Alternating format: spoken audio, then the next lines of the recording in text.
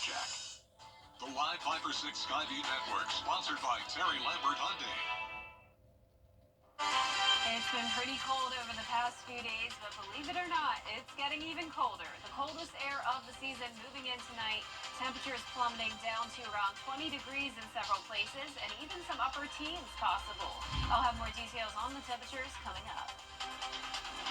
Right now on News Channel 6 at 6, Augusta Commissioners meeting today to talk about a new contract for garbage service. Where they stand on a decision, as your News at 6 starts now. Live from Television Park, this is WJBF News Channel 6 at 6. Good evening, everybody. I'm Brad Means. And I'm Jenny Montgomery. Thank you for joining us. We begin with a developing story out of Thompson, Georgia, where the mayor, Benji Cranford, has been found not guilty of providing alcohol to an inmate. Cranford arrested back in August, accused of putting a bottle of gin in a ditch along Cobham Road in McDuffie County, not too far from where a Jefferson County inmate crew was working. Governor Brian Kemp suspended the mayor in October. We just heard from the governor's office, and Cranford is immediately reinstated. It is time now for our first check of the weather. Chief Meteorologist Jenna Petracci joins us now with a look at some frigid overnight temps. Yeah, that's exactly right. It is going to be frigid, no doubt about it. But first, let's take a look at this stunning sunset. This is our Terry Lambert Hyundai Skyview cam, a fiery view there in Swainsboro. It's been a beautiful sunny day, but it definitely was cold. We started out our Tuesday at 30 degrees, so below freezing, high of only 47, nearly 20 degrees below average. The entire CSRA struggled to get to that 50-degree mark, and right now we're already seeing some upper 30s. Barnwell, Allendale, both at 39, 41 in Evans, 41 in Louisville. Aiken, you're also at 39 degrees, 42 in Gibson, and right at the 40-degree mark in Edgefield. Most of the CSRA is colder than it was yesterday, which says a lot considering yesterday was very cold as well, and the dew points are still very low and around the 20-degree mark. So we have this high pressure in control. It's bringing the dry and cold air. That's bringing us a northwest wind, so that's why we have some very, very cold air moving in tonight. But the winds are already settling down now that the sun has set, under 3 miles per hour, and the calmer the winds, the colder the temperatures get. So you can see for the rest of your evening, we'll already be down below freezing by 9 p.m., and I'm expecting upper 20s by 10 o'clock tonight. Now, when you're headed out the door tomorrow morning, you definitely need to bundle up, as we'll be in the low 20s, and even some upper teens will be possible. So you can see here as we look ahead, we'll get down to 22 on Wednesday morning, but then we'll be back to above freezing temperatures on Thursday, and a brief warm up there, but then cooling right back down on Friday morning and as we head into the weekend. So coming up, I'll have a look at your full Viper 6 forecast, but back to you. All right, thank you so much, Jenna. As extremely cold weather continues tonight and tomorrow, additional shelter beds are now available for those in need. The overnight warming shelters include the Augusta Rescue Mission on Walker Street, Garden City Rescue Mission on Fenwick, and the Salvation Army Center of Hope on Green Street. Free Augusta City bus rides are also being offered to take people to those warming shelters downtown. You'll need proof of shelter clearance from the Richmond County Sheriff's Office to be allowed into the shelter. Richmond County School Superintendent Kenneth Bradshaw announcing he is going to step down at the end of the month. The district released a statement Monday saying as of December 31st, Dr. Bradshaw would no longer lead the school system. He's been superintendent for 5.5 years. Bradshaw said in a news release he feels it's just the right time to step away and be closer to the Atlanta area and his family. We have nothing but admiration and in all sincerity, respect for the amount of effort that Dr. Bradshaw was able to put into the Richmond County school system in the 5.5 years that he's been our superintendent. We've recently seen our graduation rates increase to the highest levels that have been since since we started reporting them. We've seen standardized test scores increase. He got us peeking over the top of the barrel. We haven't had anyone that was able to do that thus far. He brought in a lot of great people to do great things here. I seen the movement. With him being gone now, I feel like we set back 15 years. The school system expected to name an interim superintendent by the end of the month. The trash talking does not stop on the Augusta Commission. For weeks, city leaders have been considering a proposed new contract for trash service without being able to get it approved. George Escala has the story. For some Augusta leaders, approving a new trash service contract is a need and a want. We're working very hard to try to get the city something that it can work with. We have one zone that would have been paying a whole lot more money than the other zones. The contract first proposed to city leaders would provide one cost to all customers, but would increase the annual fee by $120. With more than $3 million of garbage fees being used to pay for services like building demolition, lot cleaning, and street sweeping. Yeah, I mean, when you look at the ancillary items that, $3.4 million and some of the things on there and using garbage money for that, that doesn't benefit the entire community, there's concerns there. For a majority of commissioners, cleaning up the city is a priority, but for some, not if it's paid from garbage fees. It does have a lot of concern. I've received a lot of phone calls, and we got to find a different route. We got to find a different method. It shouldn't keep falling on the back of the taxpayers. City engineers presenting a new option that would increase the fee by $36 a year, while cutting back drastically on the funds going to the other services. But that failed to get the needed 6 votes, while Commissioners Brandon Garrett and Alvin Mason remain out for medical reasons. Obviously, having 2 less colleagues has made counting to 6 much more difficult. I'm not so sure, though, based on how the information got to us, if we would be at a solution point right now. This was the last scheduled commission meeting of the year. The contract ends January 1st, but city leaders saying they are in talks with the haulers to continue on a month-to-month basis so garbage service doesn't go away in the new year. In Augusta, George Escala, WJBF, News Channel 6. One man is in jail in Allendale after a suspected murder for hire plot. Allendale police say Freddie Washington posted a picture of a juvenile on social media. The post stated, "Dead or alive," and indicated anybody who took him up on the offer would get paid.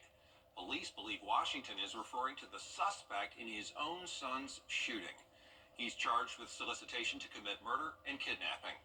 A homicide investigation underway in Richmond County. It happened this morning on Piquette Avenue in Augusta. A man was found dead in the 1500 block. Deputies say he'd been shot at least once. The victim's name and a motive are not yet known. We have just come through the busiest travel week of the year, and South Carolina saw fewer deadly accidents, according to Highway Patrol. Caroline Yaffa tells us why Highway Patrol says the numbers have been steadily going down. Drivers that we spoke with in this gas station in Richland County tell us that they saw more patrol troopers, which made them feel safer. During Thanksgiving week from Wednesday through Sunday, Highway Patrol troopers were every 10 miles along South Carolina interstates. Their goal? Be visual enough to make drivers slow down. Jonathan Lucier says he saw this as he drove last week, with many drivers pulled over. Highway Patrol says they believe their presence makes a big difference in the amount of deaths. This year, during Thanksgiving week, there were 6 deaths, down from 11 the previous year. Master Trooper William Bennett says the combination of enforcement and education efforts goes a long way. It's not just giving people tickets. That's part of it. But, we got to get out and inform the public of these, these stats and the things that we see and try to make sure they know what the laws are and that they're educated. That way, hopefully that's going to prevent them from making a poor decision or maybe making a mistake unintentionally. With another busy holiday coming up, Highway Patrol reminds everyone to be smart, be safe, and have a plan. In Columbia, Caroline Yaffa. Coming up, the holiday season often means big family gatherings. What precautions doctors say you should take before the holiday season. Bill O'Reilly on Cuomo. As another year ends, we are grateful for many things, including the reason for the season. Merry Christmas. And thank you for making Gold Mech your golden rule for comfort. Get clear, accurate stories that don't waste your time at WJBF.com. A big honor for a local nonprofit that grows food. Today, Augusta Locally Grown was named a neighborhood champion by Bank of America. The honor comes with $50,000 over a 2-year period and training resources. The nonprofit supports small farms and gardeners. Just this year alone, they've served over 100 farmers and provided education classes for 10,000 people. So when this grant decision came, it was before we had a hurricane. So before that, we were in dire straits with our farming community. Now we have local farms that have been completely inundated, that didn't have insurance monies. And so we're looking at having to reach them. So to have funds to scale up my team and to develop that is vastly important. This is the 5th year Bank of America has recognized local nonprofits throughout its Neighborhood Champion program. Some doctors in South Carolina want at least 80% of people in the state to get their COVID-19 vaccination. Data from the South Carolina Health Department shows a low number of infections right now, but they say that could change as they see new strains of the virus. According to DHEC, 1 in 3 South Carolinians lives in an area where physical, social, and economic conditions make it difficult to recover from COVID-19. We have a perfect opportunity right now to get vaccinated, and you can get vaccinated with the flu as well as with COVID at the same time. So you don't have to worry about going back and getting it later on. These doctors are also stressing the importance of getting vaccinated for the flu and RSV if you haven't done so already. Oh, yeah, I mean, it's cold. No other way to say it. Temperatures are going to be falling all the way down into the low 20s tonight. Even some upper teens possible, then a brief warm-up on Thursday. But we are ending this week on a very cool note. I'll have more details in the full Viper 6 forecast when we return. What's the big right now? The Coffee Club on News Channel 6, sponsored by Honda Cars of Aiken. The News Channel 6 mobile app is now even better. Download it today. Welcome back, everyone. You are taking a live look at the Maxwell Theater on Augusta University's Somerville campus, and they have just lit the Christmas tree. President Russell King was the one who flipped that switch. The event tonight also includes photos with Santa, a holiday market, crafts, food trucks, and inflatables for the kids. What a pretty sight. Now, your most accurate forecast with WJBF Live Viper 6. Well, it's definitely feeling like Christmas time with the tree lighting and also these very, very cold temperatures. It's actually abnormally cold for this time of the year. We're just into the first few days of December, and it's already feeling like January with temperatures in the upper 30s now, even before the 7 o'clock hour. 39 up in Lincolnton, 40 in Sparta, 40 in Waynesboro, Barnwell and Aiken at 39, and Augusta only at 38. You can see this dip in the jet stream here with all the cold air coming in from Canada.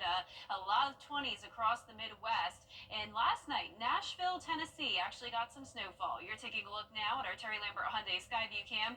Wish I could show you some snow, but now the southeast is at least done with the snow for now. You can see snow showers are well out of the way from us with high pressure in control. That high pressure is driving in a northwest wind, though, and that will bring the coldest air we've had so far this season to us tonight. But we are still tracking snow up in the Great Lakes region, Canada, and as far south as the mountains of West Virginia. It's been a while since we've had temperatures below 25 degrees here in Augusta. It's actually been since January, but it is becoming more and more likely that those temperatures will be below 25, maybe even across the entire CSRA tonight. Notice the average low is 39. We will be well below that, and I'm even forecasting 19 degrees in Saluda, which is near record-breaking cold. The record is currently 15, set back in 1960. The record for Augusta is 16, so I am expecting Augusta to stay at least in the 20s, but we sure will be close to the teens. And it's going to be a pretty extended period of time of temperatures below 30, so please keep in mind the 4 Ps, the people, pets, plants, and pipes. We especially want to emphasize pipes once the temperatures get below 20, which will be the case in some places. So let cold water drip from your faucets tonight if you typically have pipes that could easily freeze from temperatures in the low 20s or teens. Open the kitchen and bathroom cabinets as well and leave the heat no lower than 55 degrees. Our highs tomorrow will be back to around 55, 53 in Augusta, so still below average, but we're starting to warm up just a little bit. 60 on Thursday, then another huge drop off to 48 on Friday. But then take a look at next week. We'll finally see those temperatures steadily rise, and I'm thinking that at least some places will make it to the 70-degree mark next week. Here's our futurecast, though. You can see the winds will eventually come in from the south by tomorrow afternoon as that high pressure moves to the south and east of us. And then we'll have a secondary cold front coming in. That'll bring more cloud cover and some breezy conditions on Thursday, followed by the cold air just in time for the weekend. It's also going to be pretty windy with those gusts up to around 28 miles per hour, so keep that in mind for Thursday. Overall, a dry week, though, but then next week when we start to warm up, we will have cloud cover and some pretty decent chances of rain, especially Monday and Tuesday. Notice temperatures into the upper 60s, and our lows next week will be closer to 50 degrees. Now, congratulations to today's umbrella winner. That is Timmy Davis from Kite. Timmy, you can pick up your umbrella here at the station and sign up to win yours on WJBF.com. All right, thanks, Jenna. Coming up, it's championship week in college football. We're going to have a preview of both the SEC and ACC championship games when we return. Since 1997, the law offices of Black excellence. Its importance goes beyond just a single month each year. That's why News Channel 6 proudly presents Celebrating Black Excellence 365. Each month we'll highlight an individual or organization who inspires their community and improves the lives of people around them. If you know a deserving recipient, visit WJBF.com and fill out the nomination form. Celebrating Black Excellence 365, only on News Channel 6. You can't always choose the weather, but you can choose your weather app. Go with the most accurate and most trusted, the Live Fighter 6 mobile app. Download it today. Now, WJBF sports coverage you can count on. Clemson football getting set to play for the ACC championship this weekend up in Charlotte. Clemson backing its way into the title game, even though they lost. Miami lost too, and the tiebreaker went to the Tigers. Since the ACC title game's inception back in 2005, they've won it 8 times. Head coach Dabo Swinney believes his guys have yet to play their best game of the year, and that makes him believe that they can, after this weekend, punch their 7th trip to the playoffs. We got 2 goals left, and that's to win the ACC and to win the closer. And if we hit them 2 goals, hey, we'll be national champs. And that's a fact. Certainly didn't accomplish all of our regular season goals, but it's all about the postseason. That's what it's about, and that's what college football is about and is going to become about as we move forward. So really happy to have the opportunity to go compete. And you can watch the ACC championship right here on News Channel 6 Saturday night at 8. Of course, the Georgia Bulldogs getting ready for a championship game of their own. They're going to play for the SEC title versus Texas. Georgia is very familiar with them. Back on October 19th, remember the Dogs went on the road to Austin and defeated Texas, which was at the time ranked number 1 in the nation. Since that win, Georgia's gone 4-1. They did get a lot of help back on November 23rd to make this return trip to Atlanta. Carson Beck says he's looking forward to Saturday's matchup. I think this year hasn't been easy. You know, it's been challenging. It's been more difficult than in years past, at least since I've been here. Every game has posed a challenge, and we've had to fight consistently week in and week out, and, you know, our schedule wasn't easy this year. You can watch the SEC Championship Saturday afternoon. Starts at 4 o'clock right here on News Channel 6. Tonight, the next set of college football rankings will be released. The last set of rankings before the playoff field is determined. Last week, Georgia was number 7, so we'll see where they end up tonight. South Carolina ranked 15th. Clemson was 12th. The announcement coming up at 7 o'clock. We'll have the full rankings tonight for you at 10 and 11. A big week in high school football as 3 of our local teams are going to play for a trip to the state championship in Georgia. The Burke County Bears head to Rockmart, Georgia, Friday night. Barnwell will host Manning High School at home, and the North Augusta Yellow Jackets are going to host South Florence, alma mater of USC quarterback Lenora Sellers, that's going to be at home for the Jackets. News Channel 6 will have a crew at each game. Highlights for you on Friday night. We'll be right back. Patient safety is our top priority. Maverick's countdown to Christmas starts now. Men's Carhartt, nobody beats our prices. Nobody. Men's thermal and knit tops, 2 for $9. Ladies apparel blowout, $7.98. Men's and ladies sleepwear, $9.98. My Pillow standard size, $12. Hanging throws, $9. And large Christmas flags, $5. Maverick's countdown to Christmas starts now. Join us for the Columbia County Christmas Parade this Sunday at 3, the perfect way to kick off the holidays. If you can't make it out, we'll be broadcasting the entire parade live on VTV and WJBF.com. Don't miss the fun this Sunday.